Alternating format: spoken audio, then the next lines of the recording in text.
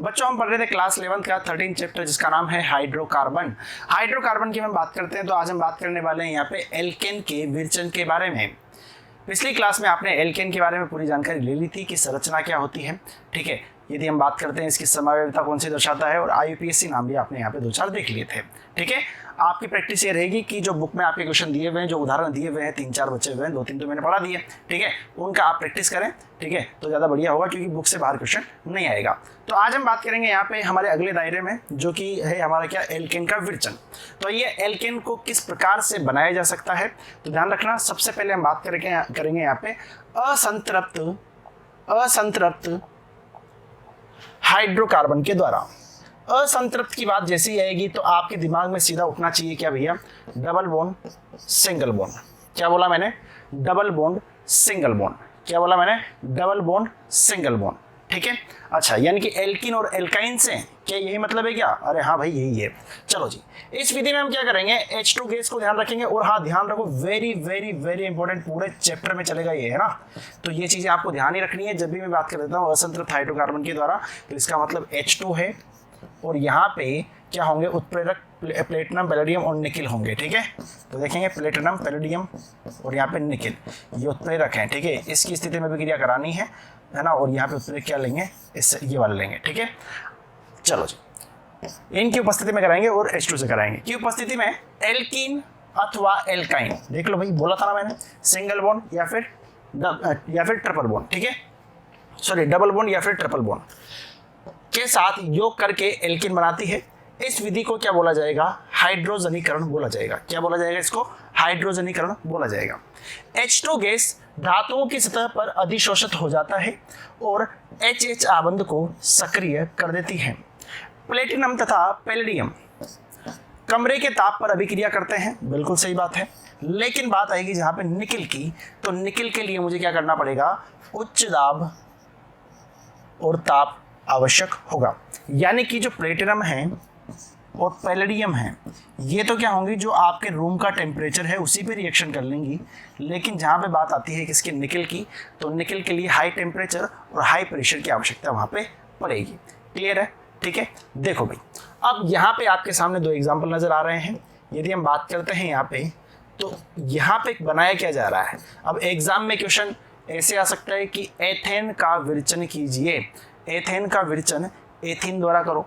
तो आपको पता है एथीन क्या होता है, तो आप बोलेंगे सर पहली बात तो आ रहा है इन, लास्ट में क्या आ रहा है, इन, ठीक है, और आ रहा है क्या, एथ। तो एथ का मतलब तो सर 2 कार्बन हो गए, ठीक है जी। तो वैसे सीधा बना सकते हो यहाँ पे, है ना। यदि आपको याद भी ना हो तब भी आप बना सकते हो, नाम से ही बना सकते हो, है ना। कैसे, एथीन की बात आएगी सर 2 कार्बन आएंगे, ठीक है। इन आ रहा है तो डबल बॉन्ड आएगा। सर यहाँ पे क्या करूँ, सर यहाँ पे देख लो 2 हो गए, यहाँ पे कितने चाहिए, 2 और चाहिए, और यहाँ पे ये लो जी, कोई दिक्कत, यहाँ पे उल्टा लिख सकते हो, कोई दिक्कत वाली बात नहीं है ना। चलो जी, तो ये क्या बन जाएगा, आपका एथीन बन गया। अच्छा सर, अभिक्रिया किससे करानी थी, तो आप देखेंगे फटाफट से, सर H2 गैस से करा रहे हैं, तो H2 ही यहाँ पे लेंगे, तो H2 आपने यहाँ पे लिया। सर निकिल की उपस्थिति में ये आपको थोड़ा सा ध्यान रखने की आवश्यकता है, ठीक है।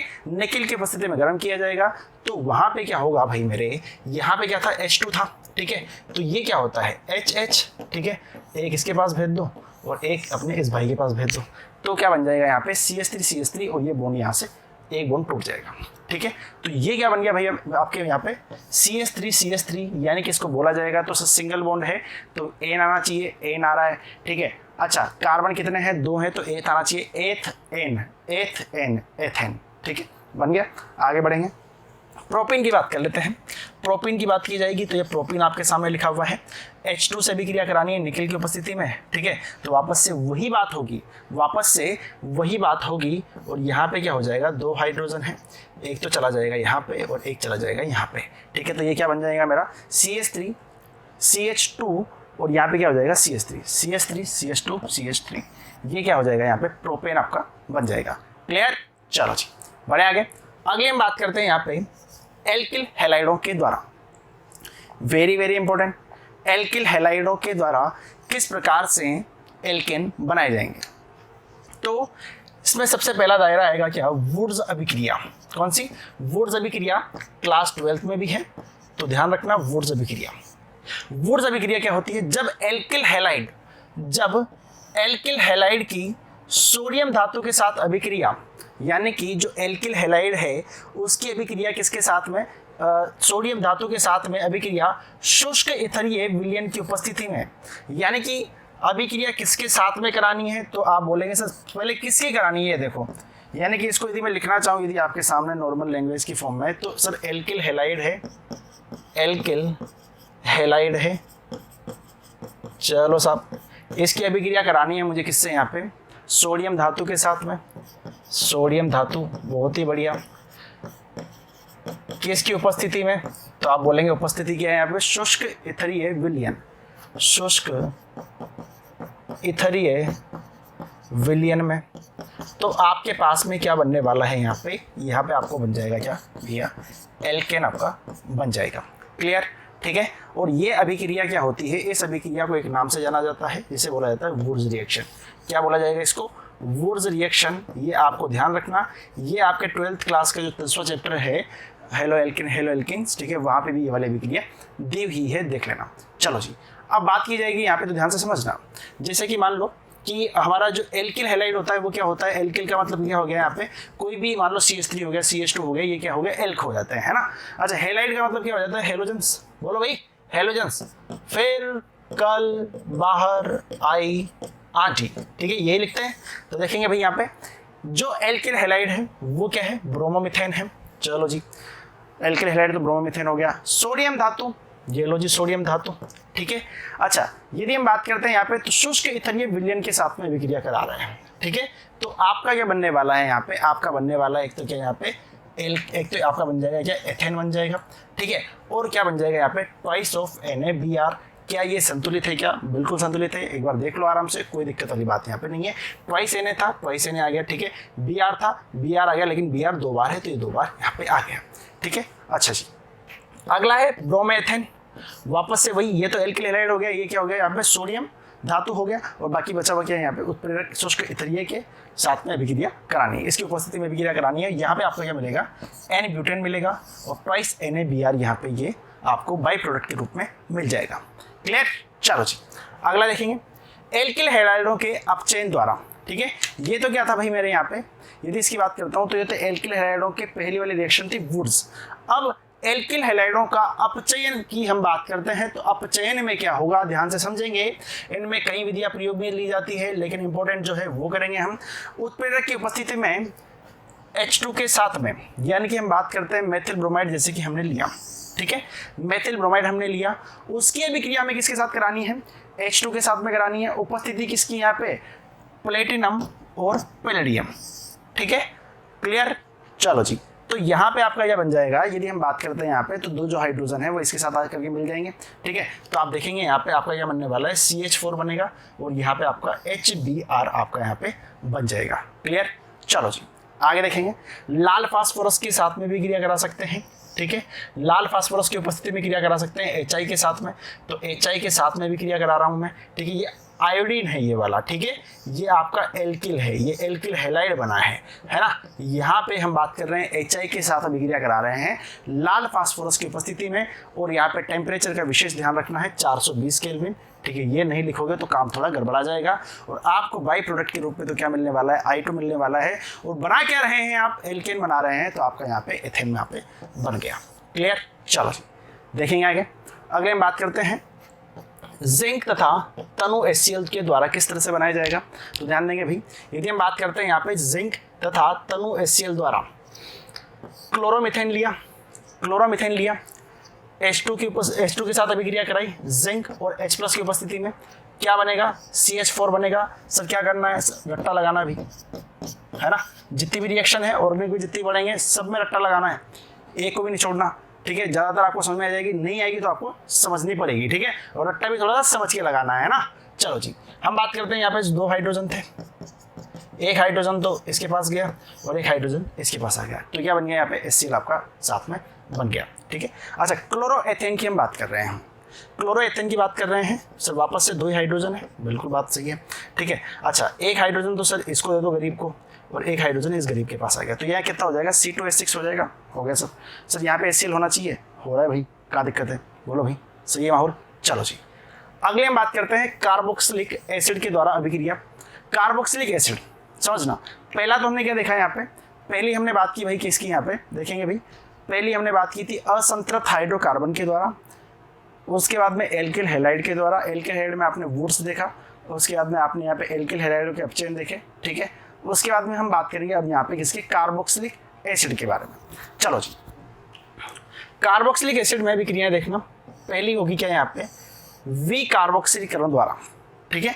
तो विकार्बोक्सिलीकरण क्या होता है, मेन आप ध्यान रखें, कार्बोक्सिलिक अम्ल से कार्बन डाइऑक्साइड इस विलोपन को विकार्बोक्सिलीकरण कहते हैं। यानी कि जो कार्बन डाइऑक्साइड है इसका विलोपन हो जाएगा, इसे क्या बोला जाएगा, यहाँ पे विकार्बोक्सिलीकरण बोलेंगे। लेकिन सर सभी क्रिया में करना क्या है, तो ध्यान समझना, कार्बोक्सिलिक अम्लों के सोडियम लवण को सोडा लाइम की उपस्थिति में हमें क्या करना है, गर्म करना है, ठीक है। जैसे कि हम बात करें इसकी तो सीधा रिएक्शन देख सकते हैं, जो कार्बोक्सिलिक एसिड है उसका सोडियम लवण क्या है भाई, यहाँ पे CH3CONA है, ठीक है भाई। चलो जी, इसकी अभिक्रिया हम करा रहे हैं CaO की उपस्थिति में, ठीक है जी। किसकी उपस्थिति में करा रहे हैं, CaO की उपस्थिति में करा रहे हैं। 630 केल्विन यहाँ पे ध्यान रखना है टेम्परेचर।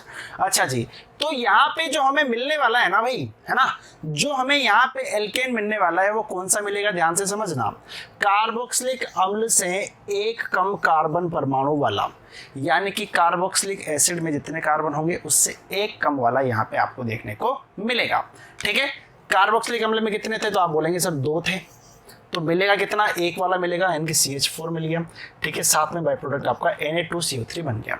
अब मैं बात करना चाहूँ यहाँ पे, तो सर सोडियम लवण तो ये भी है, सोडियम लवण तो ये भी बन सकता है, ठीक है। लेकिन आप देखेंगे यहाँ पे कि सर CaO सेम है, ये भी चीज सेम है। तो हमने एक बात जानी है कि सर जो हम यहाँ पे कार्बोक्सिलिक एसिड का सोडियम लवण ले रहे हैं उससे एक कम कार्बन वाला बनेगा। कार्बन कितने, 1 2 3, लेकिन बनना कितना चाहिए, यहाँ पे 2 वाला बनना चाहिए क्योंकि 3 है, 3 से एक कम वाला बनेगा, यानी कि CH3 आपका यहाँ पे बन जाएगा और बाई प्रोडक्ट आपका Na2CO3 सोडियम कार्बोनेट आपका बन जाएगा। क्लियर, कोई दिक्कत नहीं है। तो ये आपको ध्यान रखना है, वेरी वेरी इंपॉर्टेंट, परीक्षा की दृष्टि से बहुत ही ज्यादा महत्वपूर्ण और आगे भी ये चलता रहेगा। क्लियर, चलो जी लास्ट देख लो भाई, कोल्बे की विद्युत अपघटनीय विधि। कोल्बे ध्यान रखना, ये क्लास 12 में भी आता है, कोल्बे स्मिट अभिक्रिया करके, ठीक है, तो वहां भी आपको पढ़ना पड़ेगा ये, है ना। अब इसमें क्या है, ध्यान से समझना, कार्बोक्सिलिक अम्लों के सोडियम अथवा पोटेशियम लवणों के सांद्र जलीय विलयन का विद्युत अपघटन करने पर एनोड पर सम कार्बन परमाणु संख्या वाले एल्केन प्राप्त होते हैं। यानी कि जब भी कार्बोक्सिलिक अम्लों के सोडियम या फिर पोटेशियम लवणों का हम विद्युत अपघटन करते हैं, जैसे कि मान लीजिए आपके सामने है ट्वाइस CH3CONA, ये क्या है कि यहाँ पे कार्बोक्सिलिक एसिड का सोडियम लवण है, ठीक है। सांद्र जलीय विलयन का विद्युत सांद्र जलीय विलयन यहाँ पे किससे बन जाएगा, ये यहाँ पे जलीय विलयन यानी कि यहाँ पे पानी मिलाना है, ठीक है, और फिर उसका क्या करना है, यहाँ पे विद्युत अपघटन करना है। तो यहाँ पे क्या बोला है मैंने, जो यहाँ पे चीज मिलेगी ना भाई मेरे, ये जो बना हुआ है, पहली बात तो ये जो प्रोडक्ट बना हुआ है आपका, ठीक है, ये किस पे बन रहा है, तो आपको ध्यान रखना है, पहली बात तो ये एनोड पे मिलता है आपको, ठीक है। और क्या बोला इसने, सम कार्बन परमाणु संख्या वाले, सम मिल रहे हैं क्या, देखो भाई 1 और 2 सम ही होते हैं, ठीक है। सम पता है ना, सम विषम 2 4 6 8 10 ये सम है, और 1 3 5 7 9 11 ये सब विषम है, ठीक है, ध्यान रखना है। तो सम वाला आपको मिलेगा, सम बोले तो 2 कार्बन आपको यहाँ मिल गए, साथ में CO2 मिलेगी, H2 मिलेगी, उड़ा दो, और साथ में NaOH यहाँ पे 2 मोल आपको मिलने वाला है, ठीक है। रिएक्शंस रटे कैसे, याद कैसे होगी, तो एक ही भैया, एक ही उपाय है, एक ही सिद्धांत है, बार बार लिखो, बार बार लिखो और बार बार इनको देखते रहो, आराम से सुबह से शाम तक देखो, जितनी रिएक्शन आज पढ़ रहे हो उनको दिन में 2 से 3 बार पढ़ लो, सिर्फ ऑटोमेटिकली दिमाग में आपको फीड हो जाएगी।